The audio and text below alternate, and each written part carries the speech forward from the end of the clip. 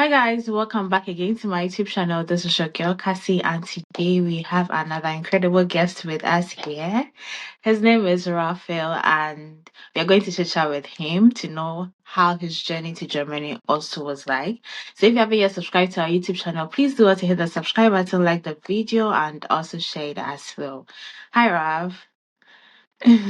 Hi. How are you doing? Well, I'm good, and you? I'm doing fine. I'm good. Yeah. Yeah, so today we want to dive into your life and your journey to Germany here. So, can you kindly tell us a little bit about yourself before we start with our questions today? So, as you know my name already, I'm Raphael, and my surname is Aho. I'm from Mhm. Ghana, the Volta part of Ghana, Keta to be specific. However, Oh, I spent almost all my life in Kumasi, so some people, when I meet them, you don't they look like a think I'm an Bulgarian at all. Ashanti. Exactly, exactly. You don't look like a Yeah, Bulgarian. yeah, yeah. So. Okay. I spent my early days going to school, my primary school. I went to a school that no longer exists because the school has collapsed. The school's name was Inspiration. Went to Good Shepherd, went to OAS, went to KUST. Then after school, worked for about 5 years, then decided to pursue my master's. Then that's when I got the opportunity to get the Erasmus scholarship. So I studied in Italy and now I'm in Germany and I just completed. Yeah. So generally, in terms of summary, that's what I can say. I don't want to go too detailed into my family life, but in case No, you want to know, I no, don't have a problem. that's Yeah. okay for us. We Yeah. just want to know the others. Okay, so can you tell us a little bit about the Erasmus scholarship? So the Erasmus Mundus scholarship is a scholarship that has been in existence for a while. This scholarship is funded by the European Union, Okay. so all across Europe. Mhm. And scholarship beneficiaries get to spend their time of study within the 2 years. They get to spend it in at least two European countries. So the Okay. program that I did was a program known as AFIPA, that's Agricultural, Food, and Environmental Policy Analysis. And it involved a partnership between four universities in four countries. That's in Italy, in Germany, in Sweden, and in Belgium. So Okay. during our batch, they kind of split us, all those of us who got the scholarship between the four countries. But where you spend your first year is not the same place you graduate or you complete. So we had to apply for where we wanted to complete our studies, and I applied for Germany, choosing it as my first choice. Gave my reasoning and justification, and after the panel sat, they said I qualify for Germany, so they approved for me to come here. Yes. Among other European countries, why Germany?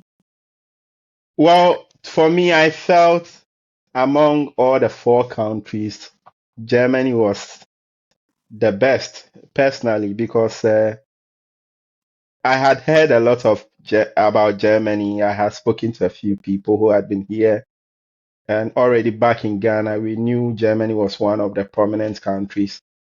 I know of Belgium, that is, let me say, the European Union capital. There are lots of European Union institutions there.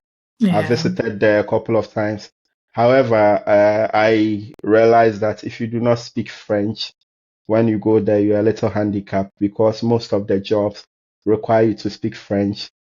And it's same in Italy. In Italy, even if you don't speak Italian, sometimes even a cleaning job or working in the farm, you won't get Mhm. it. I know little about Sweden. I know it's very cold. And though I like the cold weather, but in terms of jobs and other things, from my friend who went there and who I sought to get some feedback from, I think it's also a bit challenging. So for me, Germany is what is the best buy. I was praying seriously that I could get to Germany and got it. Yeah. Okay, that's cool. And can you walk us through the process of how you got the Erasmus scholarship? A So little bit about it.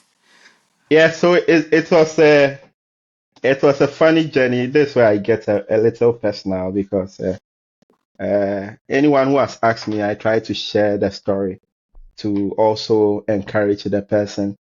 I'm one of the people who believed you can stay in Ghana and make it. I never believed in traveling. So gone were the days. I assisted some people. I completed KST in 2017. So from 2017 to like 2021, there were people I assisted for them to do their school applications and all that. However, I myself, I was not interested. And I Okay. remember back in the days, those around me would be encouraging me, won't you travel? My friends will even be encouraged. Ralph, you had first class. Even other people who did not get first class are leaving. Why are you still in this country? I just felt, well, I wasn't interested, one, and I told them if it will happen in God's own time. So back in 2021, after working for a while, I decided to marry. And after the marriage, I started seeing a little challenge financially and started seeing the hard side of life a bit. Because before I got married, I was okay financially and in a lot of ways. But after I married, I realized that it was time to leave because the industry I was working, the cocoa industry, though I could make it anyways, but a lot of people were involved in a lot of crooked practices, taking Mhm. bribes here and there, doing all manner of things just to make it. And that wasn't the kind of life I wanted for myself. And looking at the salary I was taking back then, supporting my wife and a baby that was incoming, it wasn't going to sustain us. So I said, if I will make it, then I need to travel out of the country. And a friend of mine who is currently in Czech Republic, and he shared the opportunity to me because I wasn't interested, I wasn't even looking. Okay. Okay. Yes, so I didn't really know much about scholarships. I had heard of the DAD, and most of my friends had also gone to US, others had come to European countries, Poland, other countries. I I did not really research much, but around the time I was interested in applying, my friend also saw this opportunity on LinkedIn that the application was open, and he just sent it to me to Raf. This one, you are eligible. It fits your profile. Why don't you apply? And it was just a few days for the application to be over because Erasmus normally opens from October each year, Okay. so January ending for most of the programs, like for the following academic year. So he sent it to me getting to the end of December.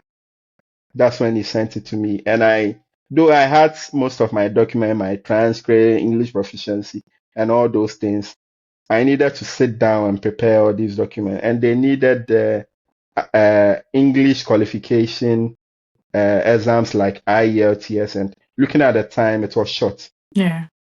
So for me, I just had to vacate my house and go and sleep at our church premises so that I could focus because my wife was pregnant then. But God being so good, her sister was around. Oh, okay. So I left her with her sister and went to stay at the chapel for a bit. And I'll stay mostly after work at dawn, typing, deleting, just so I could have a solid application. Because Okay. the application method, I think the most difficult aspect was the motivational letter Mm-hmm. because we're required to write 300 words. And that's like Okay. half a page. Yeah.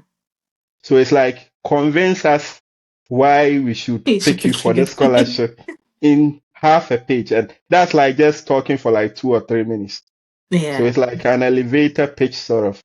So I write, I delete, I send to some of my other senior colleagues to review for me. They will tell me, okay, do it this way. I check online, I do research. So eventually I put in the application and my supervisor also tossed me and tossed me and tossed me about the recommendation. And eventually he submitted his recommendation the day before the deadline. No. That was on January 30th. So I was just praying and, fingers crossed. going about my normal daily activities. So I think in February, the admissions were released and I got admission. Okay. However, I didn't get the scholarship. Oh, I think the competition was quite tight. It was very competitive. So I didn't get the scholarship. However, they have like a reserve list. So like the best aside those who got the scholarship. So they normally select 10 people and I was second on the reserve list. So okay. they told me in case someone drops out, then there's a high probability for me to get in. So, normally people who are very well versed in these school applications back then, like people will normally apply for a lot of So opportunities. They'll yeah. apply for DAD, apply for Erasmus, apply for US, Canada. So I was just praying that, okay, eventually maybe one person might just drop out or two people so that I get the opportunity. But on the side, I was also thinking, why don't I also start preparing for DAD? Because DAD was going to open in a couple of months, and for DAD, the IELTS was very mandatory, and it was very, very difficult for you to convince the DAD panel without the IELTS. So I wanted to start learning for the IELTS, but it was like each time I took my book to read, it was like, why are you worrying yourself? There was always a voice that used to tell me, why are you worrying yourself? You get a scholarship. Then I'll close it and go and sleep. So in March, I received the good news and I was informed that congratulations, someone stepped out and you are the next eligible person to get in. So they gave me the offer, the funding and everything. And that was it. And they asked me to upload my my passport. That was another funny journey because I did my passport in 2017. Okay. However, I never used it.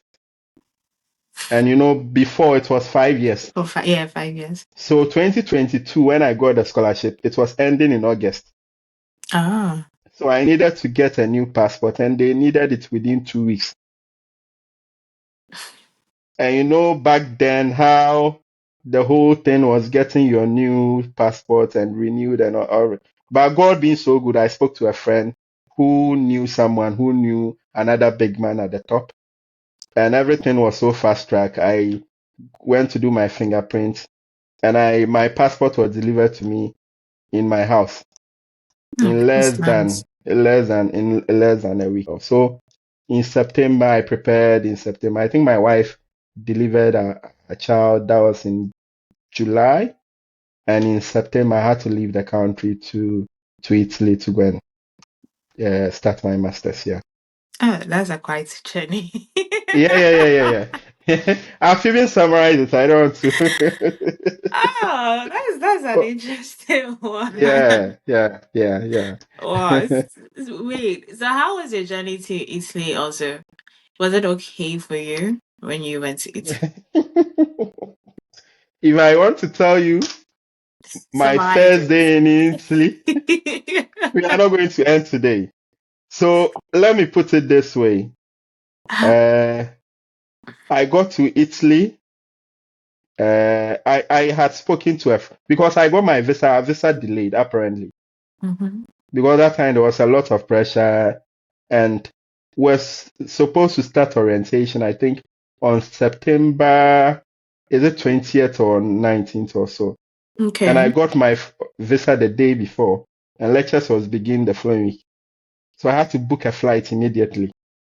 And God being so good, we had connected on WhatsApp. So this my friend, my Nigerian friend, I'm saying she's in Sweden. She got a discount with Emirates, a student discount, and shared the link with me.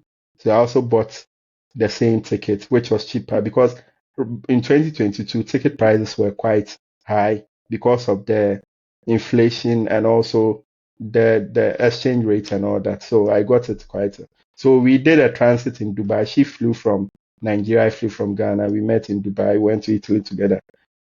Unfortunately, we got to Italy around the afternoon, and when we got there, wanted to pick the train, and the train had to stop at us a point where we had to do a connection. But Okay. unfortunately, because the platform was so far, we couldn't. Because she had 4 bags, I had 3. just the two of us, 7 bags. There was no way we're going to catch the next train. So I decided to go and pick a taxi so Mm-hmm. that we use a taxi and go to our city because from Milan to our city was like 1 hour 30 minutes by train. Okay. I went out and my mistake was I left my bag with my passport, with my phone, everything, including my bags there. I didn't take it along, my backpack. And I was trying to engage this person in English. He was speaking a little English. I thought the person understood. Before I realized the person was driving off to the destination we we're going, I told him that no, we are not going there. We have to bring the bags. And this guy, he will not understand. So we drove for almost 10 minutes, 5 to 10 minutes. And at the traffic, I just had to angrily get down. And he was chasing me for his money, but me, I just walked off. But getting back to the train station was one hell of a headache. And finding my friends was one hell of a headache. Eventually, long story cut short, we got to our city the following morning around almost 1 a.m. midnight because finding ourselves, he had a brother in UK, so they were communicating, and the lady was very angry. At a point, her brother even told her to just leave me, but she said she couldn't do that. Whatever the case, she stayed with me in classroom, but so she couldn't leave me. Eventually, got almost 1 year. I didn't have accommodation. A friend hosted me, and before I left Ghana, I had been duped of my last 15,000 cedis. That's someone at the European Union wanted to exchange for us. Just recently, that they actually helped me to refund it for almost 3 years. So I didn't have money on me. The scholarship to before I came late, I couldn't sign with the earlier people to get my scholarship in time. But through God's grace, by a good Samaritan, I later got to stay with a Ghanaian family, and I stayed there for most part of my stay in Italy. Eventually, I settled in. It wasn't easy staying with a family. You don't have your privacy and everything, but they were quite good. They were good to me. So for me, I think my stay in Italy was quite good because in terms of settling, I didn't really struggle because I was staying with a Ghanaian family. I was eating Ghanaian meal. It was more like I was staying in Ghana because Mm-hmm. the man I was staying, he was even the Ghana Association president in the city. So I remember I used to travel with him to other cities to go and vote for Ghana Association and other things, mingling with the Ghanaian community and all that. It wasn't really difficult for me. So my 13-month stay in Italy was quite interesting. In the summer, I had to get some money, so I went to work in the farm, a tomato farm. That was one of the hardest periods.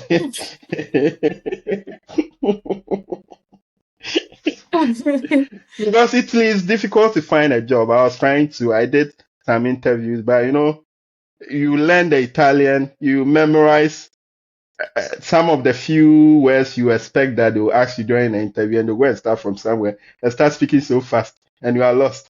So I wasn't successful in any of the Italian interview, but by God's grace, I got to teach an English school. So I was teaching Italian students English though the money wasn't much. But it was during the summer that I got to work in a tomato farm, able to save some amount of money before I actually traveled to Germany. Yeah. Wow. Wait. Because you had a good job in Ghana. Did you ever regret traveling at some point? No, well. I think that I wouldn't say regret. I would say sometimes you just miss home. Especially being away from family Mm-hmm. and having to speak to my daughter most of the time on video call. It's sometimes depressing, you know. Okay. You just wish you had family around, but I think apart from the family, what else do I miss about Ghana? Maybe the food, but even the food, I've sorted myself out. Now, by by the help of Sita Jelly, we are all great Yeah, cooks. you've all become chefs. We are all become chefs. We need to survive. So I think Ah. apart from the family, I don't really miss Ghana that much. Yeah. Yeah. Yeah. But I've tried to make it up by visiting Ghana twice since I came to Germany, even though it's expensive. But for me, connecting with the family is something Yeah. that's of a very top priority to me. So, yeah. Apart from that, not really, because I watch Ghana news. I Mm-hmm. listen to radio, listen to Love FM, Joy FM, Pure FM every day, almost, unless maybe I'm working and I want to concentrate or the work I'm doing, they don't permit phone. But apart from that, I think I'm more current about the happenings in Ghana even more than a lot of people stay in Ghana. Yeah. So apart from that, nothing much of a difference. And my church here too is a very local church, and we do everything as Ghanaians. So I don't miss too much about Ghana apart from my family. Yeah. Okay. So now take us to how different academic life in Italy compared to Ghana. So in Italy, I was attending a private university, Okay. and I think their way of learning is different. You know, in Ghana, you want to learn everything like chew and pour, that kind of thing. It wasn't like that. There were a Okay. lot of presentations. There was questions where you had to explain and like practical, more practical, I mean. Okay. And the kind of tension between students and examiners during examinations is one thing that kind of had a negative effect on me because, uh, most of the lecturers in Italy don't speak very like excellent English. They speak good English, but so sometimes even in terms of their questions, Yeah. it may sound ambiguous because they sometimes do direct translation from Italian to English. So Okay. some of their questions or statements may not be so clear. So there was a paper that I wrote that the lecturer was the one invigilating us, and there was a question that wasn't clear because of that perception that I had from Ghana.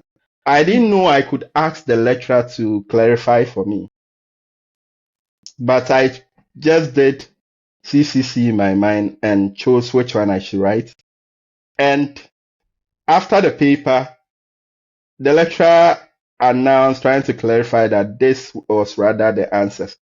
So it was the other thing I was thinking of, not the one I wrote. And I asked the lecturer, oh, why didn't he explain before? And he told us he was standing right there. We could have asked him. So that kind of affected one of my grades negatively. And one thing about Italy is that I think German system is different. In Italy, the school I was attending, if you write a paper, even if you don't fail, and you think you can get a better grade, you can reject the score and write again. Okay. Yeah, I think in Germany you have to fail before you write again. Yeah, you have to But do. yes, but in Italy there were people who wanted a particular kind of high grade because most of my colleagues in class, the Italians and other people, even my scholarship colleagues, most of them were fresh from school. So, they Okay. were sharper and most of them, they wanted better grades. So sometimes they write a paper, get 26 out of 30. They'll still reject it and write again and get a 28 or 29. Oh, Yeah. okay. So it So doesn't really that was affect you different. like here in Germany that maybe you have to write maximum of three. If you don't pass the third time, you're out of the school. No, I think in Italy it was a maximum of two per examination cycle. So there are four Okay. examination cycles in a year. So you have the Okay. opportunity to write. So four times two, that's like 8 times in a year. But after school, I think they give you 2 years. Is it 2 or 3 years? I'm not too sure. To be able to complete all your field courses before you can get your certificate. Yes. Yeah. Okay.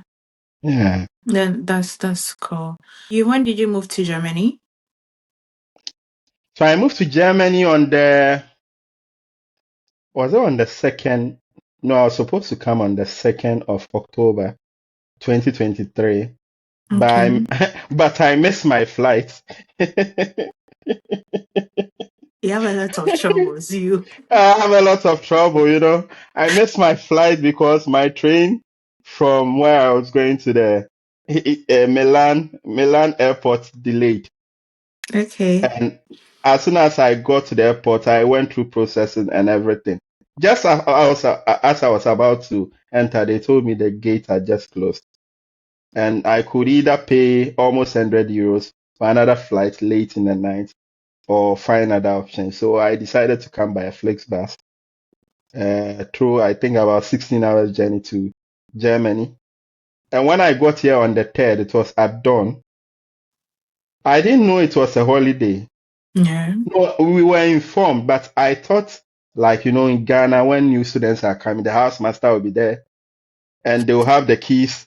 So you just go and take your keys. Not knowing in Germany, when it's holiday, everything is shut. In fact, the whole place is like cemetery. Exactly. So I wasn't even seeing buses when I arrived, and I was like, where are the buses? They said Germany has a lot of buses. Where are the buses? Eventually, I got an Uber, I came to my dormitory, but I couldn't get through, but through the help of the international office, they put it in the page, and one good Samaritan accommodated me in Tannenbusch. So my first day in Germany was spent in Tannenbusch. I was Oh, very exhausted, tired, hungry. The guy just left his room for me, cooked some food for me, and I rested and I came in the following day. Yeah. So no. I came here in October 2023. Yeah. And okay, what was your perception when you stepped your foot here in Germany for the first time? Well, I knew Germany had a lot more opportunities. So it was easy to get, for instance, a student assistantship, internship, or whatever. I didn't know that most of the work was hard labor. Ah,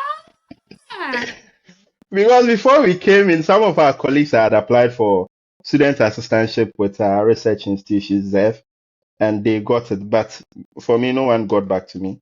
I also did a couple other student assistantship. I still wasn't hearing from them, so I had to start my. I went to, I think, an interview in Amazon Koblenz, and still didn't work out. So that's when I started doing the Lager marathon, from Lager to Lager. Wherever there's job, you find me. And I think that's where we met. I think we yeah, met in you Primark. met at Primark. Was it Primark or Zara? It Before was I fun. came to Primark, I had worked in Zara. No, we met at Primark. Yeah, we met Because at I Primark. actually didn't really work. Was I worked there for like 3 days or so, and I never Yeah, went there. yeah. I went never. Yes, it was Same, Primark. same. I think I didn't like the place. They were I too also didn't strict like the and place. They are very yeah, racist. I didn't yeah. like the place. Yeah, we met at Primark. Ah. Yes, yes. So for me, wherever there's job, you find me. But wait, weren't they paying you? Because you're already on scholarship. Very good question. When my wife delivered, she she wasn't working. Mm-hmm. She wasn't working, and that time the standard of living back in Ghana was very high. Yeah. So it was like you keep sending money, but more expenses and more expenses. At a point, we started a business, about two business, which didn't work. She wanted to sell some pastries. It didn't work out. She wanted to start some catering. It didn't work out. Before eventually she started working, and when she started with the salary too wasn't that good. So, and when I was coming to, I took some loans because I told you the main reason I decided to leave was because financially things were not It's going well. okay. That's Yeah, good. so when I got the scholarship, because the scholarship, they refund whatever you actually spent. However, you will first actually have to spend Yeah. before reimbursed. Mm-hmm. So, and I think our rent had also expired. Our rent was expiring. So it was like a lot of things clash at the same time. So I took some loan, got a new place, rented, spec'd it a little so that the wifey and the baby will also be okay, and had to sort some things financially. So when I arrived, I was paying loans. And Okay. as a firstborn, you know the drill, playing support the family here and there. So I had my nuclear family to take care of, my extended family as well. And sometimes here and there you have to send something to your in-laws. You know Ghana, as a This thing, firstborn. this matter. As a firstborn, I was telling some colleagues at church yesterday that you are assistant husband. So if the husband is not around, you are responsible. So even if they are around, you have to support, especially when your parents have been able to take you through at least first degree. They have done their part. So I was working like Uh-huh. someone who didn't have scholarship. I think at a point in time, I was working even more than the people who didn't have scholarship because I also had to save some money because I wanted to go to Ghana, to travel Mm-hmm. to Ghana. Yeah. So in Ghana, too, you have to, when you are going, you have to buy some things for family, buy some things here and there. So yeah, family matters. Let me put it that way. Okay, okay. But I thought I don't know much, maybe, but I thought those who are on scholarship they have limited time hours to work here in Germany. So that's the difference between Erasmus and And DAD. DAD. Okay, okay. That's why I always go for, I prefer the Erasmus to DAD. DAD, once you are working, you have to inform them. And when you inform them, they are going to calculate the amount of money you are getting from your side job and they have to deduct it from your allowance. Oh, okay. Yes. I think at a point they even were pushing not to allow them to work at all, but I think they couldn't implement it. But Mm. right now, what they are doing is once you are working, then you have to inform them. Yeah. Then they'll do the deduction. But for Erasmus, you could work as long as it does not interfere with your academic performance. Okay. Okay. So what I used to do was when I was a student, like during when I was doing my coursework and all that, I did not take any contract. Once you sign a contract, then you are bound by it, whether you are sick, whether you have a presentation, whether you have an exam. Sometimes they don't just care. You have to make it. Yeah. Yeah. Though some of the agencies, they may understand you in a way, but you can't do it consistently. So what I was doing was I was using these apps like Zen Job, Job Valley, and that one you work at your own pace. Yeah. Yeah. So there were times that I could break from work for like 3 weeks just to focus on an exam or a presentation. Then once I'm done and I've gotten a very good grade, then I continued. If I have to do like 2 jobs around that time just to make up for the time that I've lost, I do it. And because of the scholarship too, I think it cushioned me. So there were months I work less, maybe get Okay. something little to pay rent, and I'm okay. And there were months that I actually worked more. Yeah. Okay. That's cool. Then I understand it better. Those DAD student, I mean, I had some in my class and they were not working. So I thought maybe it was the same thing once you're on scholarship.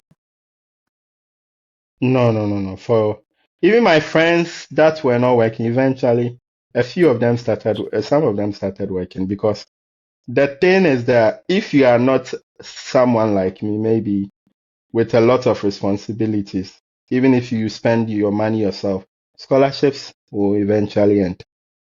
Then life begins. Reality says it. Reality sets in. So you need to make some significant savings before you leave. So most of them, when we are about to, I think a couple of months before we completed our scholarship, most of them started working. Mm. Yeah. Oh, okay. That's okay. And so take us through how you got your internship here too as well. Okay. So with the internship, I think when I came in and I applied for the student assistantships and I wasn't getting, I decided to just forget about it and just be doing these jobs, these warehouse jobs that, as you all know, we popularly call it lager and this boutique and other things. So I was doing that for some time, but the challenge is that the more you do that too, it affects your CV negatively. So though you get the money, but there's a void on your CV.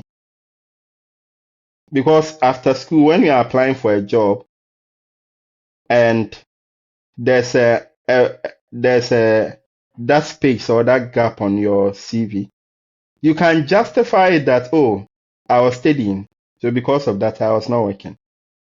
Okay. However, which people are you competing with? You are competing with people who are taking online courses, people who are going for conferences, people who are doing all manner of volunteering, people who are doing language. So they are all doing some things in addition to the studies. Mm. So if you go to an interview panel and you tell them, oh, I was studying, so I didn't do any other thing. Well, you are right. However, it means you didn't do anything extra. But then you were And working in the lager job. Job is a job. Or because it's no, lager, so it's can you not. put lager? Can you put, okay, I work from in GLS from January to August. Can you put that on your But CV? yes, people do it. I mean, it's part of your experience. It doesn't mean the fact that it's not an office job doesn't mean it's not a job. You did you did But work. it shows something about you, your tenacity, that Okay. you are someone who is robust and you are able to adapt. But are those the core competences that the work is looking for? Okay. So let's look at this in this direction. You're not Yeah. advising me because I have that on my CV. So maybe I'll go and take it out. That's the reason No, why no, no, maybe you I'm can not. put it there. No, You've I'm trying to learn also from you too. enlightened me. So Yes, yes, I'm yes. trying to learn from you You've because I personally knew that maybe CV is mostly about your past experience or whatever you've done so far, and so you're working towards. So I actually have like worked in hybrid. I have worked in um DHL and Mhm, their lager. I mean, it's all about lager. So yeah, but then and then I put it on my CV. So and we are students. One, two, maybe I can't speak the language. And here in Germany, if we can't speak the language, it's not easy for you to even get it's not um easy, yeah. this kind of office job. You won't get unless cleaning, Mhm, unless lager, even food joints too. You can't this KFC and all of that, they also require language. mhm, mhm, So it's not something that um once you get here it's easy to get once you mhm. can't speak their language. So does it mean because I don't have that and I can't put whatever job that I've done so far on my CV? Well, I think later then I'll talk about how I got my internship. But I think you are of a different breed because there's something you have that the normal person, student doing lager doesn't have. You are creating content. Okay. You are very organized because the kind of work we do here, if you are not organized, you can't do these contents that you do. I know you teach on Udemy, you teach how to make bees and all these things. If you are not someone who is adventurous or who is passionate and disciplined, you cannot do it. Okay. So if I were you, I will not put, let's say, Haribo or DHL on my On your CV, but CV. I'll put this content creation thing on your Oh, CV. Then you can put some links and other things that they should see this is the work you've done. You have maybe studied these things, you know how to use Riverside. So, in terms of marketing or in terms of content creation, digital marketing, you have acquired these skills that you have. And this is not by deed. This is not by only mere words. You have evidence to show for it. You have your YouTube channels to show for it. This is how you have been able to grow your channels. Though you were a student studying full time, you've been able to grow your channel from this to this within this time. Because that's what the Indians do. You know, the ah, Indians, most of them, when it comes to this IT area, they are very good. yeah. So though you as let's say a Ghanaian or whoever, someone who is let's say an amateur in like some of this coding and some of this technical stuff, you go with the knowledge. They'll go with product. So they have developed this app during the interview and they'll show that this is what you have done. So the person is showing you proof, not worse. So I Okay. think you even have an upper hand more Upper than hand. me because I get yes, it now. yes, Okay. because this thing that you do is maybe it's a talent you learned or it's something that paid money to actually learn. But it's a skill that is rare, and most companies need this skill, someone who will help them to market their product, to push them online and all that. So I think for you, you are far ahead. Yeah. I didn't know all of this. Anyway, Well, thank you. I it's good didn't we are know. speaking. Yeah. Yeah. Yeah. I didn't know all of this. I mean, I had Maybe. once put bidding in one of my CVs before, but then I also took it out because I felt like that is not, maybe if you're going to apply for a job in a certain sector, they don't need that. So Well, whatever skills I have, I don't even put it on the CV. no, I think you don't just do bidding, right? You Yes, don't just yeah, I bid and put teach. on, Yeah, you teach. I teach. Yeah. So in this case, you're a facilitator. You are not just someone who does, you are not like the average Ghanaian who does this and maybe sells it around, goes around selling it to people. You facilitate. So you can tell the number of students that you have and the number of people that you've trained over time. And you know, we call something action words, like something showing your leadership. Yeah. When you go to LinkedIn, for instance, I know many people are depressed when they go to LinkedIn because I it's am like one of them. everyone, I am one everyone of is doing them. something. I just see stars. I don't know, but I'm one of them. It's like everyone is doing something, and it seems they are not doing anything in life. Of course. Though most of the story, I can't say most, but some are false. People just package themselves, but packaging is also very important. If you buy a product, sometimes you don't even know what is in.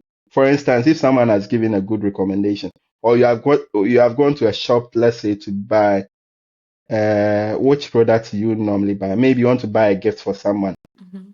Sometimes you might not really know what is in the content, but the packaging will attract you. Okay. So it all depends on how you package it.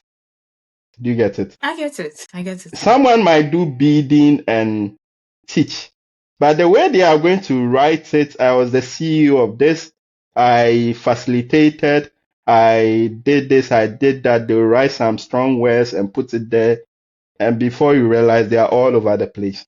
So I think it's about how we package ourselves. So I think that's the only touch that your CV needs. Apart from that, I think you are doing a marvelous job. So even if you are not getting an internship in your field or anything, you shouldn't worry. For all you know, after school, some business might just employ you to be promoting their product for them because you are very eloquent and you know how to engage with people. You know how these metrics works in terms of social media, growing your page, the right things to do, the things not to do, because you've done that through your own page.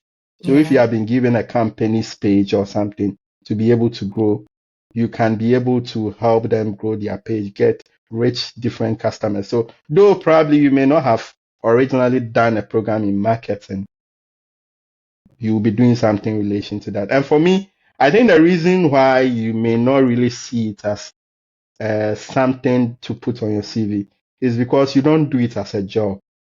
You do it as something of a passion. Though Yeah. you may get some money from it, but I don't know. I do earn something from it, so Yes, it may not be too much to the extent that, okay, you become a big woman or something, but the point is you do it more of a passion. In that's the way sometimes when you post videos and let's say you get 1,000 views or 500 views, you don't give up that, okay, I didn't get more views on this, so because of that I won't do any video again. It's no. I mean, yes, it's everybody and more what they want to learn at the point, so exactly. So it's more of a passion. So for me, I think you have an upper hand, and I think our audience should also learn from this. If you have something that you are doing that you just love doing it, it's a skill that you have. You just have to know how you package it very well and put it in a CV. And for you to just express yourself when you meet any interview panel, you just convince them with evidence of the things that you have done, yeah. why they need you. Yeah. That's good. Oh, Yeah. That was nice. Now you get me something, Yeah, okay? yeah. So you don't have to be worried. Yeah, you don't have to be worried at all. Oh, I'm Yeah. not worried. I mean, I've been searching for internship for quite some, let me say, 2 months now. I do. Mm. I've applied to some of them rejection. I actually was looking for internship and job as well, because Mhm. I recently did a course in cloud computing, which I am upgrading, still learning Mhm. on that. But then I wanted to see the job market, and sometimes when you apply to those German job search, they tell you you need a language. That's the reason Mhm. why they have to pick someone over you. Sometimes the others also want someone who has an IT background itself, Mhm. not just someone who has gone for like maybe a boot camp or just a training somewhere. So I decided to upgrade myself on Python and also um another AWS, because it's I know also it. one of the Yeah, I yes. know the AWS. Yeah. So I'm doing all those two courses at the same time. That's why I'm really busy. I'm mostly occupied with a lot of things Yeah, yeah, yeah, yeah. myself. I can imagine. Yeah. Yeah, so I mean, because I told myself by the end of this year, at least I have to have a job. I'm tired of lager jobs. I want No, that. who is not tired? I Everyone is want to be tired. Oh. stuck at the place. So I'm like, I have to change what I don't know what it would take, but this year I have to get a job. By the end of this year, I have to get something better that I don't have to like really stress. Mhm. That was Mhm. just my goal. And Yeah. yes, it has been, that crooked ways getting something, even with the internship. Internship that I'm coming to do for you for free too. That one too is another wahala. But it's not only in Germany. Oh. It happens in America as well. I know someone who has applied for a lot. When I say a lot, I mean a lot. Even free internship is not getting in US. Wow. So it's not easy anywhere. And so I think it largely depends on how you prepare yourself and putting yourself together when the rejections come. I met a group of Nigerians and they will call rejection love letters because it keeps coming. So people will be showing, they call it, oh, they are showing you love. Eh? So when you get a rejection, they are sent you a love letter. Oh my It goodness. will always start with, we are sorry. As soon as you see that, we are Like sorry. that. uh, yeah, yeah, like that. Yeah, like that. So Oh. it is what it is. But my journey to internship, I think when I officially completed my coursework in last year, 2024, around February, I had just one course. We had to present a paper to the World Bank. It was just a mini project. So it's a group work. We were all contributing. And in March, I took an intensive German course in A1.2 together Okay. with GLS that I was going almost every day. Eventually, eventually I finished. And that's when I started applying actively. I had applied for a few before, but Okay. from that time, April, almost every day I was applying. So I applied for, I think, almost 40 positions, more than 30. I still have the Excel tracker on my laptop that I used to track. So every Okay. position I applied, I typed it in the tracker and the stage where I was, whether I had received to go to the next stage or not. So there were a few ones that I had to write aptitude test, which I passed the aptitude test, but eventually you pass the aptitude test and they'll tell you, unfortunately, we cannot process you to the next stage. So I did that, I think, from April into May, and still rejections. And scholarship too was going to end in August. Mm-hmm. So I said, okay, you let me work and earn some money. Then from August, when scholarship is no longer coming, then I Mm-hmm. can also be able to continue the application. So for me, I just put a hold on the applications. So I went to sign a contract with Time Partners where I was working full time with one warehouse. I think they are the logistics partner of Haribo. Well, it Okay. sent the toffees to be packaged. Yes. So I used to do that 40 hours a week, almost 40 years a week. And I was doing it in May. I did it. And in June, I was just there and I received an email from uh, one of the ladies that was working in FSC. She told me, okay, I've been shortlisted for a position I applied in April. Okay. So they got back to me in June. Apparently, for a project, it was for a project that's still ongoing. And they needed the person as soon as possible. So they sent me a test. I write and I pass. And there was an interview. I did an interview. And I think in 2 or 3 days' time, I heard from them that they had given me the position. So that was my breakthrough. Let me put it that way. Okay. Because since I came to Europe, I had been applying. I applied for different kinds of internships. I think I even applied for OECD internship organization of like this European institution that looks focuses on the economy. Yeah, I applied. I did their test. Still, I couldn't get through. So it was quite a dilemma because when I did the full time in in May, I started just almost in the middle, so I couldn't get the full payment. But in June, when I did the lager, I had stayed home for 2 or 3 days, including the day of my interview. But my salary was almost 1,009. Oh, And I was like, wow, that means if I should continue this, let's say even if it's 1,008 or 1,007 on average, I can save a lot yeah. before my scholarship ends. However, my company is an international company, so they are very strict with the laws. Once you're a student, they can't allow you to work full time. So I was going to work 20 hours a week. That's like that half the time I was working Yeah. with the lager, and they were paying me 1,001. So from 1,008 to 1,001, it was difficult for me, but uh, because I was also interested in the future, I decided to just drop the lager, resign, and go for FSC, where I started working as a student assistant. So I worked from there from June. So I submitted my thesis in February and went in March. I took some vacation, went to Ghana. And when I came back, there was a little break because they were working on my new contract. Because I was done, they were giving me a permanent position. So I started my permanent position in the middle of April. Yeah. Oh, that's good. Mm. So, were they paying you during your student assistantship? The scholarship, The student you mean? assistantship. Yeah, they were paying us 1,000. I think it was 1,001 and a few euros on top. Yeah, Oh, okay. For they full were paying time. for. No, no, no, no.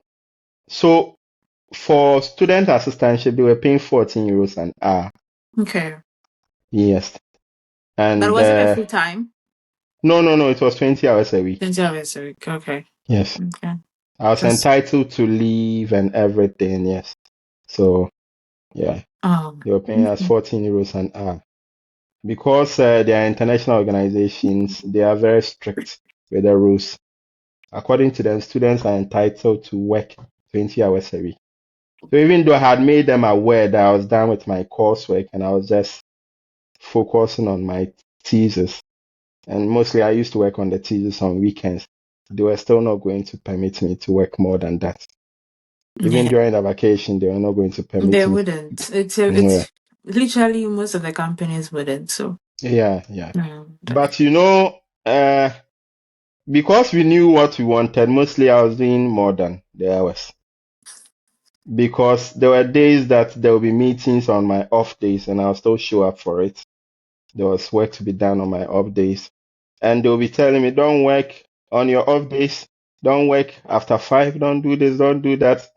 Meanwhile, sometimes they will assign you to work to do on your off days. So for me, I never saw I never complained. I never complained. I kept doing my best to deliver whatever work that I was given because I knew what I wanted.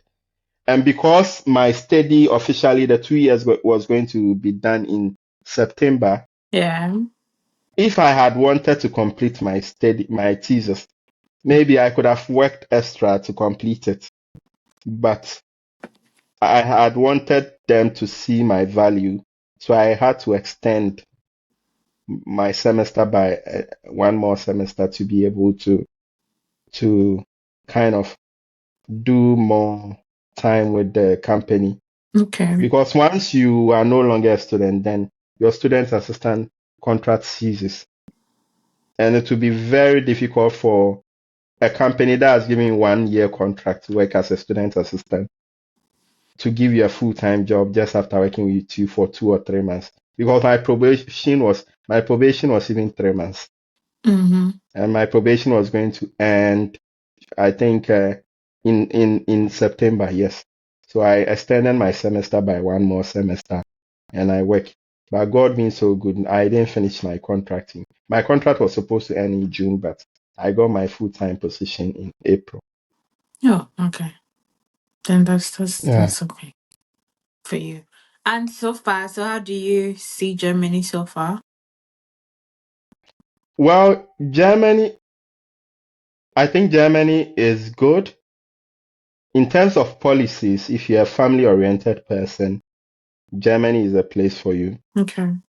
But if you are someone who wants money and more money and more money, maybe you might not really want to stay here unless maybe you are willing to divert into what you are diverting into. You want to do some cloud engineering or you want to go into some serious app development or software development, then I'm wanting you the you money get float, please. Nobody should stress my exactly yeah, exactly. life. You get the blue card and you be paid very well. But those of us that want soft life, well, for me, I'm more family oriented, so I think Germany is a good place for you. Yes, yeah.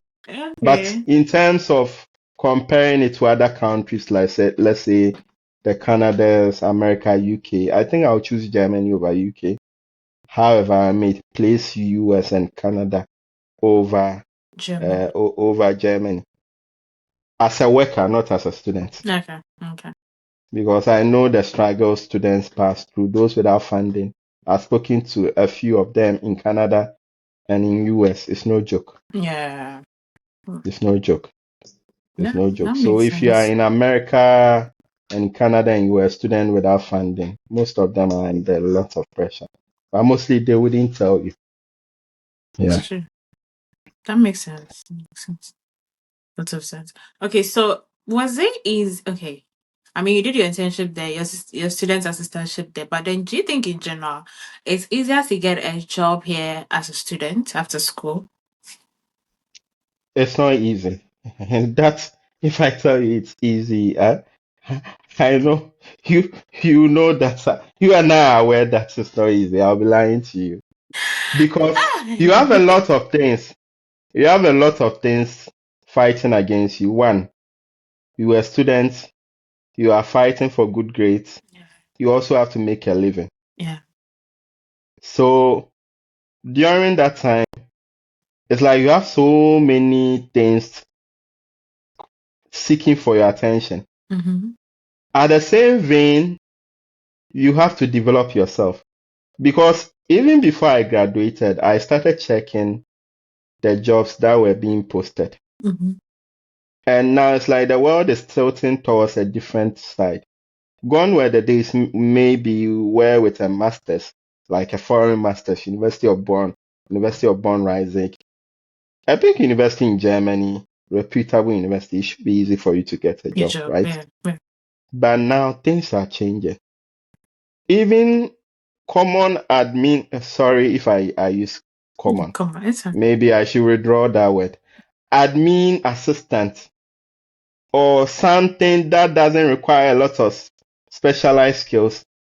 Then they will be putting that you have to be aware of the software. You have to know how to use the software. You have to know how to. What's the relationship between admin work and that software? So you realize that most of the things that the job requires, they are not things that will be taught in detail in Yeah. class. Yeah. So you, as a student, whilst you are studying, you have to invest in yourself. Mm-hmm.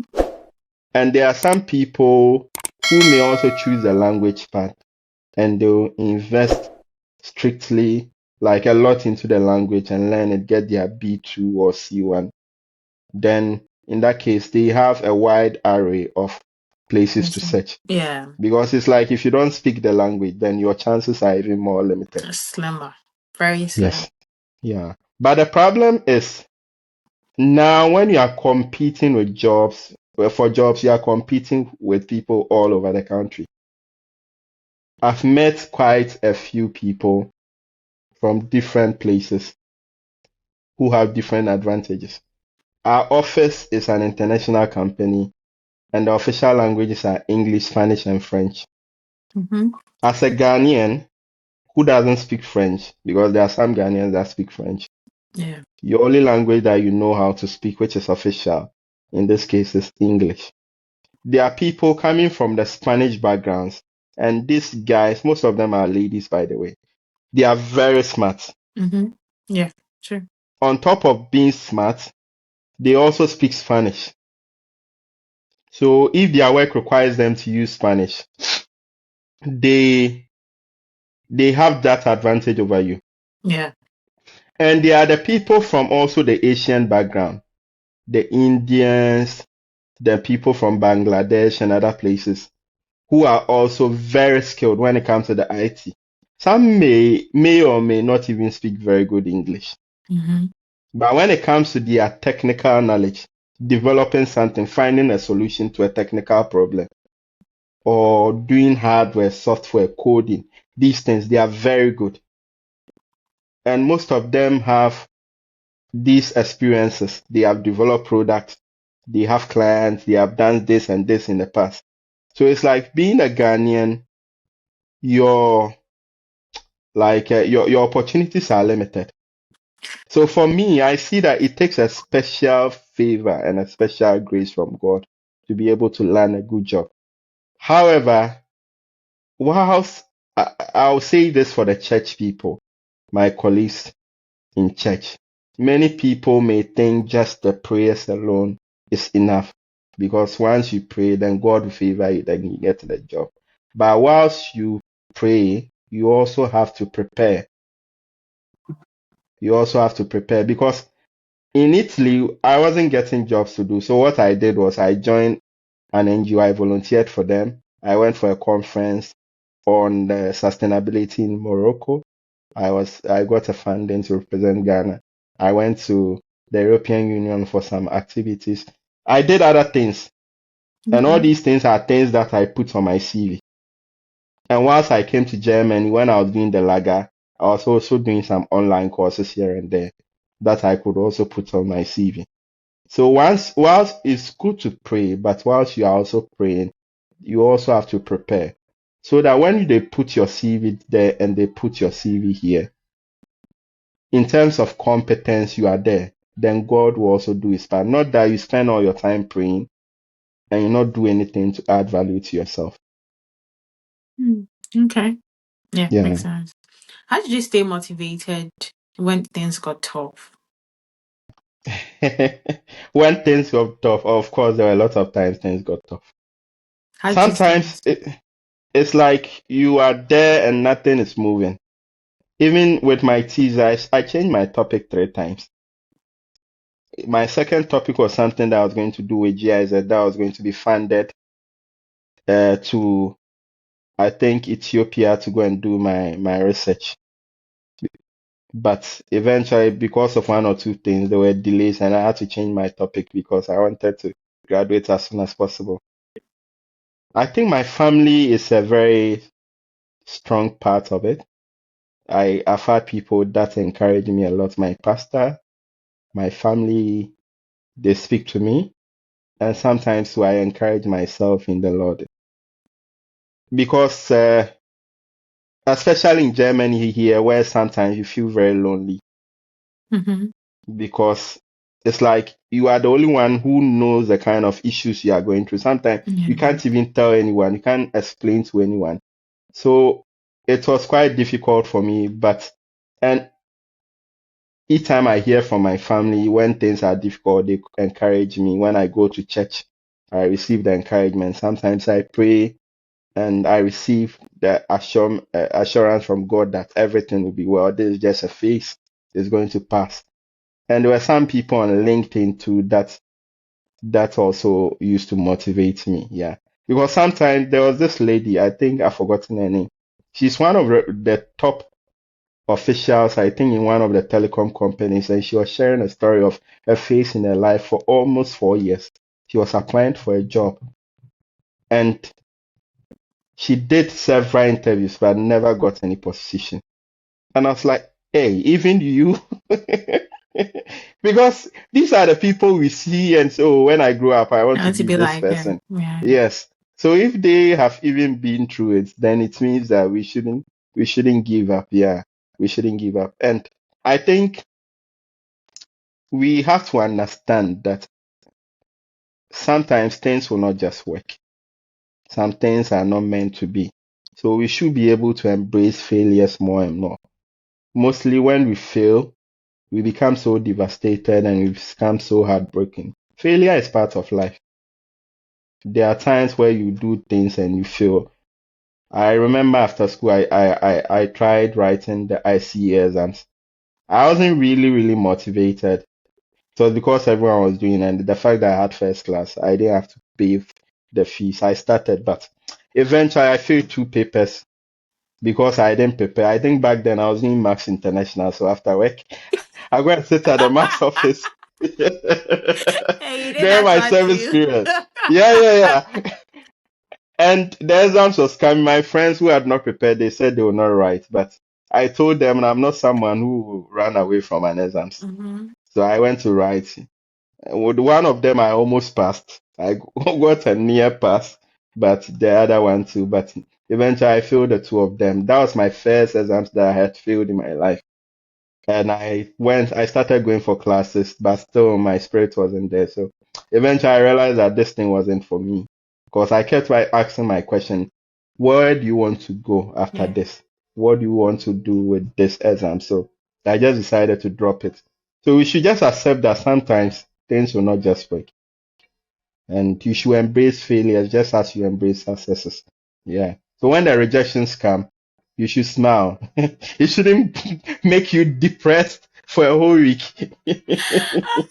Oh my goodness, yeah. You are not the only person who has received rejections. You'll be fine. Everything will be fine. Yeah.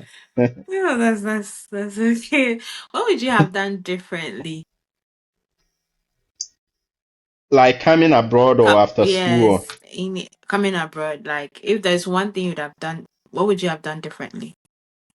Okay. So I wish I had started like learning some of these technical skills quite early. You know, Okay. I remember there was a friend who already had a master's, and when we came to second year, there were times even sometimes the whole week he would not even come for class because he wanted to do a PhD. And he started as soon as he arrived in Germany. He applied and applied over 100 positions. Eventually, he got it. So he knew exactly What what he he wanted. wanted, yeah. He didn't mind whether it was going to affect him, his studies or not. Exams, you find his way, get his pass and go. But he knew exactly what he wanted. So for me, if I had known, maybe I would have taken like learning some of these technical skills more seriously.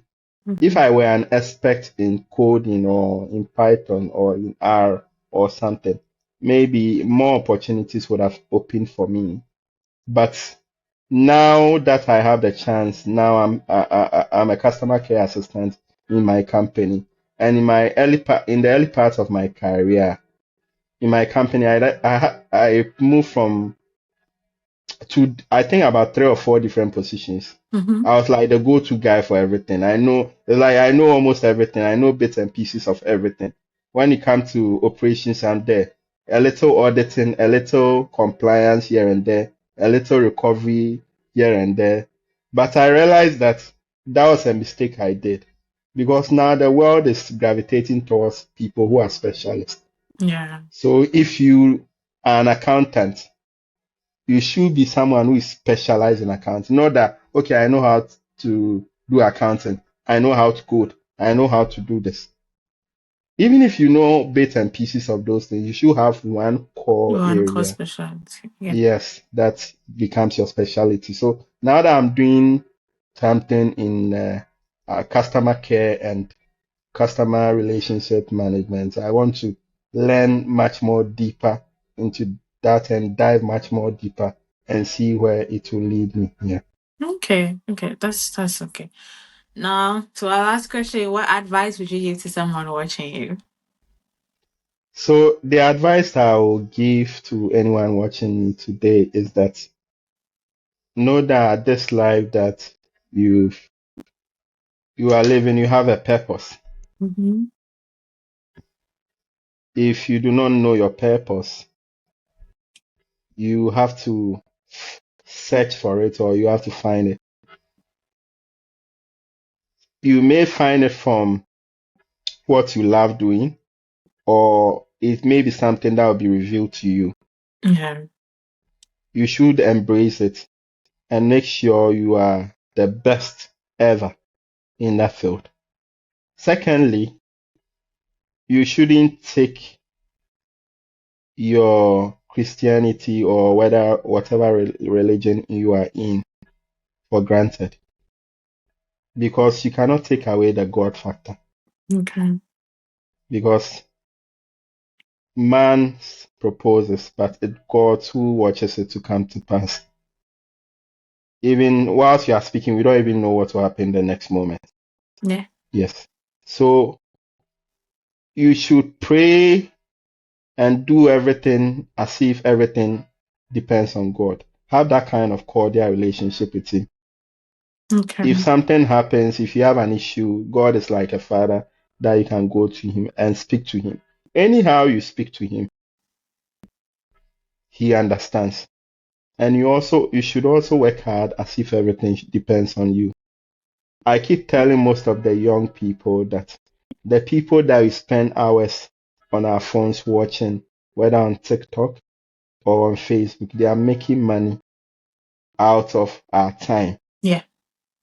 So what are you also investing so that very soon people will also be watching you and you'll be making money out of them. Maybe you don't want to be a celebrity, but invest that time into something. Watch a video on how to do something. Yeah, you can watch some of these funny comments, funny videos to pass a time, to distress and all that. But you have to be intentional about it that every day you are better than the day before. So you should be able to add value to yourself always. Your yesterday shouldn't be the same as your today. The things you knew last year shouldn't be the same things you know this year because things are changing. And if you don't change, very soon you'll be outdated in the market. And if you are selling something, no one wants it. And in this case, those of us who are not selling physical items, we are selling our services. You want a job, you are selling your services. The company should buy your services for them to reward you. So if you don't add value to yourself, it will get to a point in time. It's either you'll be devalued or people will not buy at all. That's where you hit the roadblock, and sometimes you may think the world has ended. Yeah.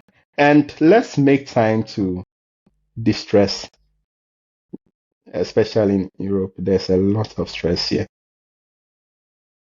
There's a lot of stress. Like sometimes it's like as soon as it's 6 a.m., you see people running. Young men, old men, everyone is running. Catch the bus here, do this, do that in the evening to same thing. So if you don't take care, that'll be your cycle throughout the year. So know when to press the pause button. If you have to rest during the weekend, you can shut the whole world down. Sleep. If you have to watch a movie, for me, that's the way mostly I distress. I watch Netflix or I do something. Watch it, sleep, relax, then you regain your energy for a new day. Yeah. Let's not follow money. We are chasing money. Some people work Monday to Sunday and they'll say, okay, when I'm 40, I'll rest. Life begins Guilty at as 40. charged. Honestly, it's only today that I have decided not to do anything. I nearly canceled this interview Yeah. I because think if you had cancelled it, I would have understood. Yeah. I have this week has been one of I haven't been so busy like the whole of this week. Mhm. Ever since I came here, Yeah. I've been busy, but this week and today I just woke up and I felt like I was so weak. Like Yes. anything, I just am like I've been sleeping the whole day. I've not done anything. When you texted me that you were like I was sleeping and the phone was in my hand, but I was asleep. Yeah, I could feel it in your voice And that. so until your call came in and I'm like, since morning, my friend called me to come and eat. So when I ate the rice, I just came back to my room and then I came Yeah, to to sleep again. sleep. Yeah. Sometimes you need it. In fact, a lot of times. Yeah. Maybe you might not be able to do it every week because of your shadows, but once a while, just rest. Forget about everyone and sleep. The world will not stop but just because you are sleeping. And take good care of yourself. Buy nice things. Oh, Don't spend all the money to Ghana. I mean, my family, they are aware that I like nice things. So though I they send them even have to money. understand you work for your money now, I beg. Exactly. So if I need an iPhone, I'll buy it, whether on credit or outright. That is is none of your It's none business. of your business. At least I'll pay I, my thing. You don't pay for I'm me, still so paying. Exactly. If I don't need a comment on it. TV, if I need Netflix, I'll pay for it. Though I won't subscribe for the highest one. I'll subscribe for the ad version, but at least I have Netflix. You If will I still want a watch. movie, if I want a movie, I just have to press a button on my TV remote and Yes. I watch a movie. So That's just take life cool. Yeah, enjoy because I realize, especially with the young men, maybe I'm talking too much, but it's something that's really my passion. It's like as soon as we get here, I don't know who set those expectations for us that before you go back to Ghana, you should build. So you see people in their 20s, young people, and they get all their money. Every money they get is going to Ghana. Charlie Cement, what I was saying. i- if the prices go high, if cement prices go high in Ghana, in addition to the pressure you have here, then cement pressure is coming to add up. Building is good, but build when you are ready. yeah. Yeah. So let's not put too much pressure on us. We pray to God for long life. We are not dying anytime soon, but we pray to God for long life. Definitely, if God tarries and he doesn't come, definitely we all get to the point where we have more than enough to build and to do other things. But whilst you have the money now, don't spend all the money or say, okay, I mean, I want to save till I get like 20,000, 50,000. Spend some of the money. Sometimes eat some good food. Go to the restaurant, spend like 30 euros, 25 euros. It won't kill you. Yeah.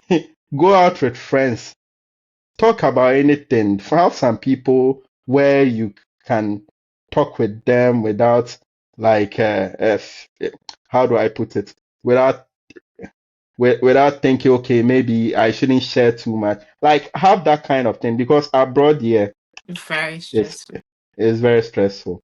It's very stressful. Okay. So that'll be my last words. And I think I also want to appreciate you for squeezing your time from your day off for us to have this conversation. I think I've learned quite I a have to lot from appreciate you. You came on my show. Duh. you. Thank you. You're welcome. You're welcome. And I thank your viewers as well for taking this opportunity to watch this interview. I think you are doing an amazing job, and everyone should subscribe to your channel. Yes. Thank you so much. You're And welcome. so, thank you for coming on my show. Let me just put my last words, and then we'll be off from here. So, I just All want to right. also take this opportunity to say very big thank you. I mean, this interview has been rescheduled from both my I side know, and from right? your side as well. I know, But right? I know, finally, we right? did it, and I'm super grateful to you. Thank you for coming on my show and You're sharing welcome. your inspiring message with us. I do appreciate it a lot. You're Thank you for welcome. Yeah. coming. And to my lovely viewers and subscribers, Thank you for sticking and staying with us through it all. Please do want to hit the subscribe button if you are a new person here watching, like this video, and also share it as well. So this is the end of the interview. I'll see you in my next video. Bye. Bye.